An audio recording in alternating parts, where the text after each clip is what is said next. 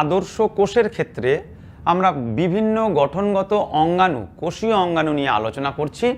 আমরা গুরুত্বপূর্ণ কয়েকটা কোষ অঙ্গাণু সম্পর্কে আগের ক্লাসে ইতিপূর্বেই আলোচনা করেছি। একটু ভেবে দেখো, কোষের শক্তিঘর, মাইটোকন্ড্রিয়া, আমরা সেটা পড়েছি। আমরা পড়েছিলাম প্লাস্টিড, ক্লোরোপ্লাস্টিডের গঠন। আমরা পড়েছি Golgi body, zone of exclusion বলে নিশ্চয়ই তোমরা মনে করতে পারছো। এখন আমরা আরও কয়েকটা কোষীয় অঙ্গাণু নিয়ে আলোচনা করব, যে কোনো একটা কোষের ক্ষেত্রে যাদের ভূমিকা ভীষণ গুরুত্বপূর্ণ। আমরা এখন পড়ব এই যে কোষ অঙ্গাণু দেখছো তাকে আমরা বলি রাইবোজোম। প্রথম কথা বলেই রাখি, রাইবোজোম হলো প্রোক্যারিওটিক এবং ইউক্যারিওটিক উভয় প্রকার কোষের ক্ষেত্রেই উপস্থিত। দুটো কোষেই আমরা দেখতে পাই। গুরুত্বপূর্ণ বিষয় হলো পর্দাবিহীন, অর্থাৎ আমরা মাইটোকন্ড্রিয়া বা প্লাস্টিড তাদের ক্ষেত্রে দেখেছিলাম দ্বি-একক পর্দাবৃত কোষীয় অঙ্গাণু। কিন্তু দেখো, রাইবোজোম হলো পর্দাবিহীন কোষীয় অঙ্গাণু, ভীষণ গুরুত্বপূর্ণ ফর ইয়োর এক্সাম। আমরা মাইটোকন্ড্রিয়াকে কোষের শক্তিঘর বলেছিলাম। দেখো, রাইবোজোমকে আমরা বলছি প্রোটিন ফ্যাক্টরি। কেন? কারণ রাইবোজোম হলো সেই কোষীয় অঙ্গাণু যার মধ্যে বিভিন্ন প্রকার প্রোটিন সংশ্লেষিত হয়। প্রোটিন উৎপাদনের সাথে সম্পর্কিত প্রধান কোষীয় অঙ্গাণু, তাই রাইবোজোমকে আমরা বলি প্রোটিন ফ্যাক্টরি। এখন যদি আমরা রাইবোজোমের গঠনের দিকে তাকাই, তাহলে দেখব দুটো অর্ধ একক সাব ইউনিট নিয়ে তৈরি। এখন কোন কোন সেই সাব ইউনিট, কী বা তাদের পার্থক্য, সেটার জানার আগে আমাদের এই অধঃক্ষেপণ গুণাঙ্ক বলে একটা বিষয় সম্পর্কে একটু ধারণা নিতে হবে। দেখো, যে কোনো কোষীয় অঙ্গাণুর ক্ষেত্রে যদি আমরা একটা টেস্ট টিউবের মধ্যে সেই কোষীয় অঙ্গাণুকে নিয়ে সেন্ট্রিফিউগেশন নামক একটা নির্দিষ্ট পদ্ধতির মধ্যে দিয়ে পাস করাই, তাহলে সেই কোষীয় অঙ্গাণুর যা গঠন সেগুলো বিভিন্ন অংশে বিভক্ত হবে এবং সেই গঠনগত অংশগুলো নিচের দিকে অধঃক্ষেপিত হবে বা থিতিয়ে পড়বে। সেই থিতিয়ে পড়ার হার, অধঃক্ষেপণ হার, সেটাকে আমরা অধঃক্ষেপণ গুণাঙ্ক দিয়ে প্রকাশ করতে পারি। এবং এটা প্রথম আবিষ্কার করেছিলেন বা শিখিয়েছিলেন বিজ্ঞানী ভেদবার্গ, তাই তার নাম অনুসারে এটাকে আমরা বলি ভেদবার্গের একক। ভেদবার্গ বিজ্ঞানীর নামটার দিকে তাকালেই দেখবে প্রথমে একটা এস অক্ষর রয়েছে। ঠিক সে কারণেই আমরা অধঃক্ষেপণ গুণাঙ্ককে এস দিয়ে চিহ্নিত করি বা প্রকাশ করি। এখন আমরা অধঃক্ষেপণ গুণাঙ্ক কেন আলোচনা করছি? দেখো, আমি বললাম রাইবোজোম দুটো অধ একক নিয়ে তৈরি। আমরা জানার চেষ্টা করব রাইবোজোম সমগ্র কোষীয় অঙ্গাণু যে নাকি দুটো অধ একক নিয়ে তৈরি, তাদের প্রত্যেকের অধঃক্ষেপণ গুণাঙ্ক কত, সামগ্রিক রাইবোজোমেরই বা অধঃক্ষেপণ গুণাঙ্ক কত, আর প্রোক্যারিওটিক এবং ইউক্যারিওটিক উভয় কোষের ক্ষেত্রে কি অধঃক্ষেপণ গুণাঙ্ক এক, সেটাই আমরা জানার চেষ্টা করব। দেখো, প্রথমে দেখি একটা রাইবোজোম, আমি যেটা বলছি দুটো অধ একক নিয়ে গঠিত, ছবির দিকে তাকালেই বুঝতে পারবে। এটা আকারে বড়, তাই একে আমরা বলেছি বড় অধ একক বা লার্জার সাব ইউনিট। আর এটা হলো আকারে তুলনামূলকভাবে ছোট, ক্ষুদ্র অধ একক। দুটো অধ একক পরস্পরের সাথে যুক্ত হয়। প্রসঙ্গত বলে রাখি, ম্যাগনেসিয়াম আয়নের একটা নির্দিষ্ট গাঢ়ত্বে বা নির্দিষ্ট ঘনত্বে এই দুটো সাব ইউনিট কিন্তু পরস্পর যুক্ত হয়। এটাই হলো একটা কমপ্লিট রাইবোজোমের স্ট্রাকচার। এখন যদি আমরা প্রোক্যারিওটিক রাইবোজোমকে দেখি, দেখো সমগ্র রাইবোজোম, গোটা রাইবোজোমকে নিয়ে যদি আমরা ওই অধঃক্ষেপণের পদ্ধতিটা সম্পূর্ণ করি, সেক্ষেত্রে আমরা দেখব অধঃক্ষেপণ গুণাঙ্ক কত, 70s প্রোক্যারিওটিকের ক্ষেত্রে সমগ্র রাইবোজোমের। ইউক্যারিওটিকের ক্ষেত্রে কত হবে, 80s অধঃক্ষেপণ গুণাঙ্ক। কিন্তু 70s রাইবোজোমের অর্থাৎ প্রোক্যারিওটিক রাইবোজোমকে পৃথকভাবে বড় অধ একক এবং ক্ষুদ্র অধ একক, এদেরকে যদি পৃথকভাবে আমরা অধঃক্ষেপণ গুণাঙ্ক নির্ণয় করতে চাই, আমরা কত পাবো, 50s এবং 30s। একইভাবে ইউক্যারিওটিক কোষের ক্ষেত্রে রাইবোজোমের যদি আমরা বড় সাব ইউনিটের দেখি 60s, ছোট সাব ইউনিটের দেখব 40s। মনে রাখতে হবে তোমাদের। কিন্তু যেটা তোমাদের মনে এখন চলছে আমি জানি, তোমরা যোগ বিয়োগ করতে শুরু করেছো। স্যার 70s তাকে যদি আমরা 50s এবং 30s দিয়ে যোগ করি তাহলে তো 70 আসে না। নো মাই ডিয়ার স্টুডেন্টস, কারণ আমরা এটা একটা পরীক্ষালব্ধ ফলাফল নিয়ে কথা বলছি, কোনো গাণিতিক যোগ বিয়োগের কথা নয়। সমগ্র প্রোক্যারিওটিক রাইবোজোম, তাকে যদি আমরা এইভাবে অধঃক্ষেপণ গুণাঙ্ক নির্ণয় করি আমরা পাবো 70s পরীক্ষালব্ধ তথ্য। আবার যদি কেবলমাত্র বড় অধ একককে নিয়ে করি তখন আমরা পাবো কেবলমাত্র 50s। সিমিলারলি আমরা যদি ছোটটাকে করি সেটা হবে 30s। ফলে গাণিতিকভাবে এই দুটোকে যোগ করলে কখনোই আমরা মেলাতে পারবো না। একইভাবে এখানে ইউক্যারিওটিক কোষের ক্ষেত্রে বড় অধ একক 60s, ছোটটার ক্ষেত্রে হবে 40s, কিন্তু সমগ্র রাইবোজোমের ক্ষেত্রে ইউক্যারিওটিক কোষে অধঃক্ষেপণ গুণাঙ্ক 80s। আশা করি তোমরা ব্যাপারটা বুঝতে পেরেছো। নিশ্চিত করে তোমাদের এই তথ্যগুলো মনে রাখতে হবে। প্রোক্যারিওটিক কোষের ক্ষেত্রে হয় 70s, ইউক্যারিওটিক কোষের ক্ষেত্রে হয় 80s। বড় এবং ক্ষুদ্র অধ এককের প্রত্যেকটার মান পৃথকভাবে মনে রাখতে হবে। এখন প্রশ্ন হলো রাইবোজোম করে কি? মনে করে দেখো, আমরা একটু আগেই বললাম রাইবোজোমকে আমরা বলেছি প্রোটিন ফ্যাক্টরি। ফলে এর কাজ হলো প্রোটিন তৈরি বা প্রোটিন উৎপাদন। এটাই হলো রাইবোজোমের প্রধান কাজ। রাইবোজোম কিন্তু প্রোক্যারিওটিক এবং ইউক্যারিওটিক উভয় কোষেই উপস্থিত থাকে। রাইবোজোমের পর চলো আমরা আরও একটা গুরুত্বপূর্ণ কোষীয় অঙ্গাণু নিয়ে একটু আলোচনা করি। দেখতেই পারছো আমরা যে কোষীয় অঙ্গাণুর কথা বলছি আসলে সেটা হলো লাইসোজোম। লাইসোজোম কি? আমরা যেমন বিভিন্ন কোষীয় অঙ্গাণুকে বিভিন্ন নাম দিয়ে আমরা চিহ্নিত করছি, একইভাবে যদি আমরা লাইসোজোমকে বলতে চাই, লাইসোজোমকে আমরা বলি, দেখো এখানে দেখছো আত্মঘাতী থলি, সুইসাইড ব্যাগ। ঠিক কেন জানবো আমরা। প্রথমেই বলছি লাইসোজোম প্রধানত কিন্তু প্রাণীকোষে উপস্থিত থাকে। পর্দা কি আছে? নিশ্চয়ই রয়েছে। পর্দাবৃত উৎসেচকপূর্ণ থলির মতো একটা অঙ্গ, উৎসেচকপূর্ণ অংশ। প্রকৃতপক্ষে লাইসোজোমের মধ্যে যে উৎসেচকগুলো থাকে সেগুলো হলো সব কিন্তু পরিপাককারী উৎসেচক। যদি একটু দেখতে চাই কেমন দেখতে, দেখো এটা একটা সমগ্র কোষের ছবি, প্রধানত প্রাণীকোষ।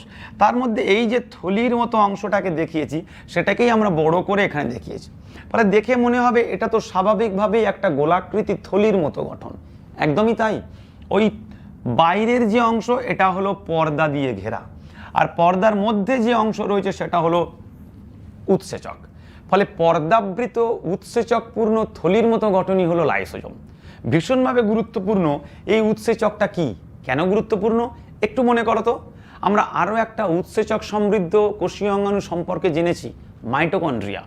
একদমই তাই, মাইটোকন্ড্রিয়ার উৎসেচকগুলো ছিল কিন্তু শ্বাস উৎসেচক, আর এই লাইসোজোমের ক্ষেত্রে দেখছি তার উৎসেচকগুলো রয়েছে পরিপাক উৎসেচক। কেন একে আত্মঘাতী থলি বলি জানো?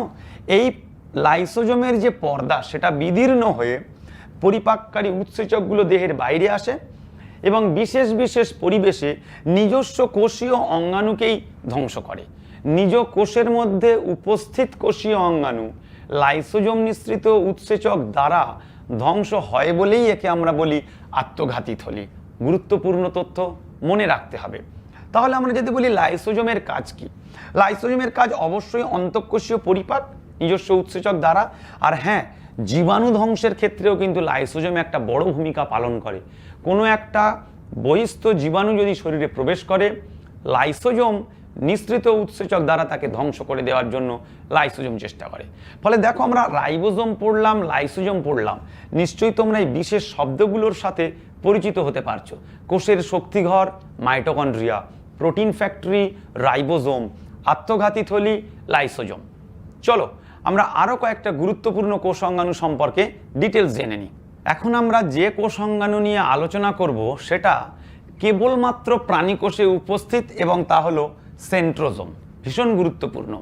প্রথমেই আমরা বলে রাখছি বিশেষ তথ্য, কেবলমাত্র প্রাণীকোষে উপস্থিত একটা কোষীয় অঙ্গাণু, এবং অবশ্যই আমরা বলছি পর্দাবিহীন কোষীয় অঙ্গাণু। তোমরা কি মনে করতে পারছো আমরা আরও একটা পর্দাবিহীন কোষীয় অঙ্গাণু সম্পর্কে জেনেছি? একদম ঠিক, রাইবোজোম।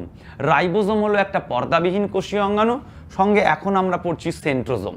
ঠিক কেমন দেখতে হয় দেখো, এই হলো একটা সেন্ট্রোজোম নামক কোষীয় অঙ্গাণুর প্রকৃত গঠন।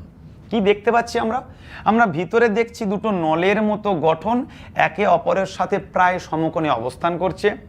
বাইরের দিকে দেখছি একটা ঘন সাইটোপ্লাজম যুক্ত অংশ রয়েছে, আর কতকগুলো দেখছি নির্দিষ্ট তন্তুর মতো গঠন বাইরে বিকিরণের মতো ছড়িয়ে রয়েছে। ঠিক এগুলো কি দেখো, এগুলো সামগ্রিকভাবেই গঠন করেছে সেন্ট্রোজোম নামক কোষীয় অঙ্গাণুটার। তাহলে প্রত্যেকটা অংশকে যদি আমরা আলাদা আলাদা করে জানতে চাই, একটা সেন্ট্রোজোম প্রধানত তিনটে গঠনগত অংশ নিয়ে তৈরি। প্রথমেই আসছি সেন্ট্রিওল। কোনগুলো সেন্ট্রিওল? আমরা যদি ছবির দিকে তাকাই, এই যে পিপাকৃতি বা নলের মতো যে দুটো গঠনের কথা আমরা বলছি, ওই নলের মতো গঠন দুটোর প্রত্যেকটাকে আমরা বলি সেন্ট্রিওল। তাহলে আমরা বলছি সংখ্যায় দুটো নলাকৃতিক গঠন পরস্পরের সাথে প্রায় সমকোণে অবস্থিত, সেগুলোই হলো সেন্ট্রিওল। সংখ্যায় দুটি, মনে রাখতে হবে। দ্বিতীয় গঠনগত অংশ আমরা কি বলছি? সেন্ট্রোস্ফিয়ার। দেখো লিখে রেখেছি সাইটোপ্লাজম। অর্থাৎ এই যে সেন্ট্রিওলকে ঘিরে এই যে ঘন সাইটোপ্লাজম, সেটাকেই আমরা নাম দিয়েছি প্রকৃতপক্ষে সেন্ট্রোস্ফিয়ার। কেন্দ্রীয় যে সেন্ট্রিওল, তার চারপাশের ঘন সাইটোপ্লাজম সেন্ট্রোস্ফিয়ার। আর ভীষণ গুরুত্বপূর্ণ অংশ, এই যে আমরা বাইরের দিকে অংশগুলো বেরিয়ে রয়েছে দেখছি, এগুলো কি? এগুলোকে আমরা নাম দিয়েছি দেখো অ্যাস্ট্রাল রশ্মি। কি দিয়ে তৈরি? অনুনালিকা বা মাইক্রোটিবিউল দিয়ে তৈরি। কেন এত গুরুত্বপূর্ণ বলছেন স্যার? কারণ জেনে নাও, এই অ্যাস্ট্রাল রশ্মিগুলোই কিন্তু একটা কোষ যখন বিভাজিত হয় তখন বেমতন্তু বলে একটা বিশেষ গঠন রয়েছে, সেই বেমতন্তু গঠনে সাহায্য করে, এবং সেগুলো এই অনুনালিকা সমন্বিত অ্যাস্ট্রাল রশ্মি থেকেই গঠিত হয়। প্রসঙ্গত তোমাদের জানিয়ে রাখি, এই সেন্ট্রোজোমের অনুপস্থিতির কারণেই কিন্তু আমাদের স্নায়ুকোষ বা নিউরন বিভাজনে অক্ষম। ফলে বিভাজনের জন্য একটা কোষ যখন বিভাজিত হবে তখন অবশ্যই এই সেন্ট্রোজোম এবং অ্যাস্ট্রাল রশ্মি থেকে বেমতন্তু গঠন ভীষণ জরুরি। ফলে আমরা যদি জানতে চাই সেন্ট্রোজোমের কাজ কি, দেখো যেটা তোমাদের বললাম এক্স্যাক্টলি সেটাই রয়েছে, বেমতন্তু গঠন। বেমতন্তু কি, ঠিক কি ভূমিকা পালন করে, অবশ্যই তোমরা দশম শ্রেণীতে ডিটেলস পড়বে, কিন্তু এখন শুধু জেনে রাখো কোষ বিভাজনের সময় ক্রোমোজোমের যে দুদিকে গমন ঘটে, সেই গমনের জন্য বেমতন্তু গঠন ভীষণ জরুরি। এটা হলো আমাদের সেন্ট্রোজোম, স্পেসিফিক্যালি প্রাণীকোষে অবস্থিত পর্দাবিহীন একটা কোষীয় অঙ্গাণু। এই হলো সেন্ট্রোজোম। আরও একটা গুরুত্বপূর্ণ কোষ অঙ্গাণু রয়েছে।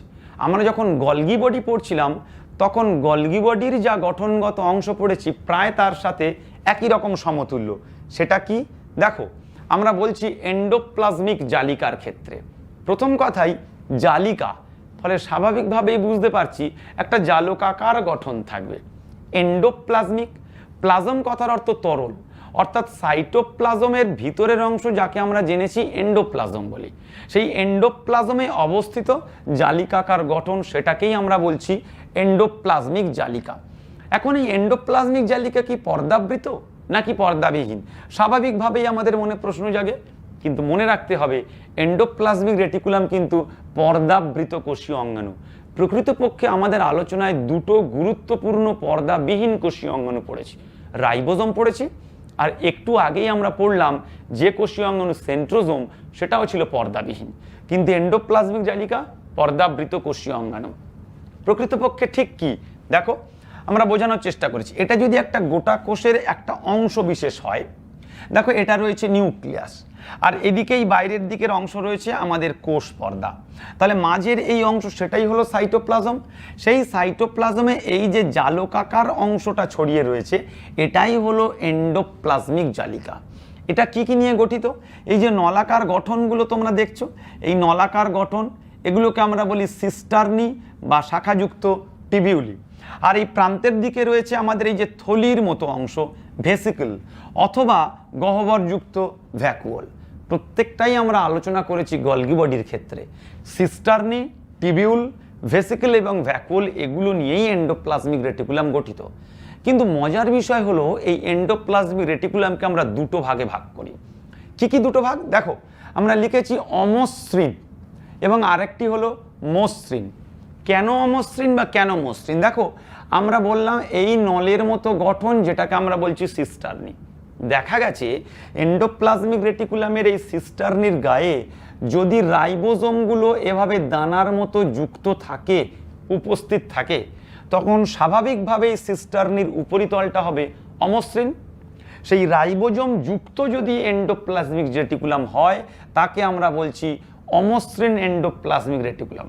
ইংরেজিতে বলছি রাফ এন্ডোপ্লাজমিক রেটিকুলাম, সংক্ষেপে আমরা বলি RER। ভীষণ গুরুত্বপূর্ণ তোমাদের, রাফ এন্ডোপ্লাজমিক রেটিকুলাম। কেন? সিস্টার্নির সাথে যুক্ত রয়েছে কি? রাইবোজোম। আর যদি এই রাইবোজোম উপস্থিত না থাকে, কেবলমাত্র সিস্টার্নি উপস্থিত রয়েছে, অর্থাৎ রাইবোজোম অনুপস্থিত, রাইবোজোম বিহীন, তখন অবশ্যই সেটা হবে মসৃণ। দেখো মসৃণ, যাকে আমরা বলি স্মুথ এন্ডোপ্লাজমিক রেটিকুলাম, সংক্ষেপে বলছি SER। স্বাভাবিকভাবেই বলতে পারি RER বা রাফ এন্ডোপ্লাজমিক রেটিকুলাম, SER বা স্মুথ এন্ডোপ্লাজমিক রেটিকুলাম প্রকৃতপক্ষে কোষের সাইটোপ্লাজমে উপস্থিত জালিকাকার গঠন। দেখো এই যে অংশগুলো রয়েছে একে রাফ লিখেছি, কেন? কারণ এই যে বিন্দু বিন্দু অংশগুলো দেখছো এগুলো সব রাইবোজোম। আর এখানে দেখো স্মুথ, কেন? এখানে কিন্তু এই সাদা বিন্দুর ন্যায় অংশগুলো অনুপস্থিত, অর্থাৎ রাইবোজোম নেই, তাই স্মুথ। স্যার এন্ডোপ্লাজমিক রেটিকুলাম কাজ কি করে? প্রথম গুরুত্বপূর্ণ কাজ গঠনগত দিক থেকে কোষটাকে কতকগুলো প্রকোষ্ঠে বিভক্ত করে, ফলে প্রত্যেকটা প্রকোষ্ঠের নিজস্ব বিপাক্রিয়া সম্পন্ন হতে খুবই সুবিধা হয়। কিন্তু আরও গুরুত্বপূর্ণ কাজ RER, তার সাথে রাইবোজোম যুক্ত রয়েছে। আমরা একটু আগেই পড়েছি রাইবোজোমকে আমরা বলি প্রোটিন ফ্যাক্টরি, ফলে পরোক্ষভাবে অবশ্যই প্রোটিন সংশ্লেষের সাথে এন্ডোপ্লাজমিক রেটিকুলামের গুরুত্ব আছে। কিন্তু স্যার SER, সেখানে তো কোনো রাইবোজোম নেই। স্মুথ এন্ডোপ্লাজমিক রেটিকুলাম কিন্তু লিপিড সংশ্লেষের ক্ষেত্রে একটা গুরুত্বপূর্ণ ভূমিকা রাখে। মনে রাখতে হবে লিপিড সংশ্লেষ প্রধানত SER, আর RER কি করে? প্রোটিন সংশ্লেষে পরোক্ষভাবে সাহায্য করে। আর বললাম সাইটোপ্লাজমের মধ্যে উপস্থিত জালিকাকার গঠন, ফলে যান্ত্রিক দৃঢ়তা প্রদান করাও কিন্তু এন্ডোপ্লাজমিক রেটিকুলামের একটা গুরুত্বপূর্ণ কাজ। আমরা নানান কোষীয় অঙ্গাণু সম্পর্কে আলোচনা করলাম। শেষ আর একটা কোষ অঙ্গাণু নিয়ে আলোচনা করব, সেটা হলো ভ্যাকুওল বা কোষ গহ্বর। কোষ গহ্বর, এই গহ্বর কথাটার সাথে আমরা মোটামুটি পরিচিত, ফাঁকা একটা জায়গা, একদমই তাই। আমরা জানি কোষের মধ্যে কোষ আবরণী বেষ্টিত যে অংশটা রয়েছে তা হলো সাইটোপ্লাজম, একটা অর্ধতরল জেলির মতো পদার্থ। কিন্তু কোনো কোনো স্থানে ওই সাইটোপ্লাজম অনুপস্থিত থাকে। সেই সাইটোপ্লাজম বিহীন যে গঠনটা, সেটাকেই আমরা বলি কোষ গহ্বর। দেখো মনে রাখতে হবে কোষ গহ্বর বা ভ্যাকুওল, সেখানে সাইটোপ্লাজম অনুপস্থিত। এখন তোমাদের প্রশ্ন জাগবে, আমিই তো বলেছি কোষ অঙ্গাণু মানে পর্দাবৃত বা পর্দাবিহীন হবে, তাহলে ভ্যাকুওল কি পর্দাবৃত নাকি পর্দাবিহীন? মনে রাখবে একটা পর্দা দিয়ে ঘেরা কিন্তু কোষ অঙ্গাণু। এখন এর মধ্যে তাহলে কি থাকে? সাইটোপ্লাজম অনুপস্থিত, কিন্তু ভ্যাকুওলের মধ্যে যে তরল পদার্থ থাকে তাকে বলি কোষ রস বা সেল স্যাপ। আর ছবিতে দেখলে দেখো এই হলো আমাদের ভ্যাকুওল বা কোষ গহ্বর। সাধারণভাবে বলছি এটাই সাইটোপ্লাজম, হলুদ রঙের দেখতে পাচ্ছ। সেই সাইটোপ্লাজম এই জায়গাটাতে অনুপস্থিত, ফলে সাইটোপ্লাজমবিহীন এই জায়গা, এই যে সাদা বর্ণযুক্ত জায়গা, এটাকেই আমরা বলছি কোষ গহ্বর বা ভ্যাকুওল।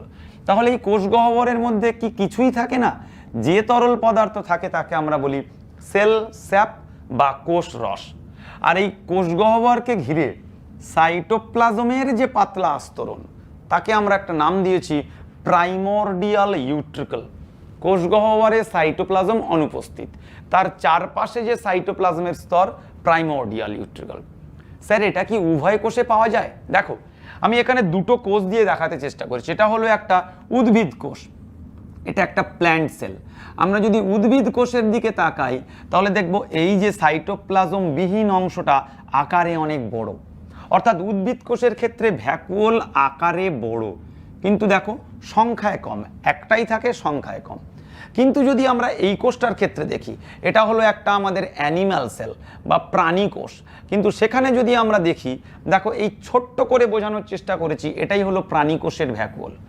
এটা আকারে ছোট, কিন্তু এই রকম সংখ্যায় আরও অসংখ্য ভ্যাকুওল থাকতে পারে। অর্থাৎ আমি বোঝাতে চাইছি ভ্যাকুওল উভয় কোষে উপস্থিত, কিন্তু উদ্ভিদ কোষের ক্ষেত্রে আকারে বড়, সংখ্যায় কম, আর প্রাণী কোষের ক্ষেত্রে সংখ্যায় বেশি, আকারে ছোট। যদি সাইটোপ্লাজম বিহীন অংশ হয় তাহলে ভ্যাকুওলের গুরুত্ব কি? দেখো ভ্যাকুওল কিন্তু কোষের একটা সঞ্চয়ী অঙ্গ হিসেবে কাজ করে। একটা কোষ বিভিন্ন প্রয়োজনীয় বস্তু, সেটা তার রেচন বস্তু হতে পারে বা অন্য প্রয়োজনীয় বস্তু হতে পারে, সেটাকে স্টোরেজ অর্গান হিসেবে ইউজ করে কিন্তু ভ্যাকুওলকে। ফলে উদ্ভিদ কোষ এবং প্রাণী কোষ উভয়ই উপস্থিত, পর্দা দিয়ে ঘেরা, সাইটোপ্লাজমবিহীন কোষীয় অঙ্গাণু কোষগহ্বর বা ভ্যাকুওল। এই হলো আমাদের একটা আদর্শ কোষের বিভিন্ন কোষ অঙ্গাণু সম্পর্কিত আলোচনা। আমরা ইতিপূর্বেই জেনেছি আগের ক্লাসে মাইটোকন্ড্রিয়া কোষের শক্তিঘর, প্লাস্টিড সেটা ছিল বিভিন্ন বর্ণ সৃষ্টির জন্য দায়ী, বিশেষত ক্লোরোফিলযুক্ত ক্লোরোপ্লাস্টিড। আমরা পড়েছিলাম কোষীয় ক্ষরণ কার্যের সাথে যুক্ত গলগি বডি। আমরা জেনেছি কেবলমাত্র প্রাণীকোষে উপস্থিত কোষ বিভাজনের সাথে সম্পর্কিত সেন্ট্রোজোম। আবার এও জেনেছি প্রোটিন ফ্যাক্টরি বলে খ্যাত রাইবোজোম। আর এখনই আমরা জানলাম পর্দাবৃত অংশ সাইটোপ্লাজম বিহীন কোষীয় অঙ্গাণু, সেটা হলো ভ্যাকুওল বা কোষগহ্বর। এই হলো সামগ্রিকভাবে একটা আদর্শ কোষের গঠনগত বিভিন্ন অঙ্গাণু। আশা করি আজকের এই ক্লাসটা তোমাদের ভালো লেগেছে। জীবনবিজ্ঞানের বিভিন্ন বিষয়ের এরকম নানান ভিডিও পাওয়ার জন্য ছায়া প্রকাশনীর ইউটিউব চ্যানেলটি সাবস্ক্রাইব করো। আর আজকের ভিডিও ভালো লেগে থাকলে অবশ্যই লাইক করো এবং বন্ধুদের সাথে শেয়ার করো। আর নতুন ভিডিওর নোটিফিকেশন সবার আগে পাওয়ার জন্য অবশ্যই বেল আইকনটা প্রেস করো।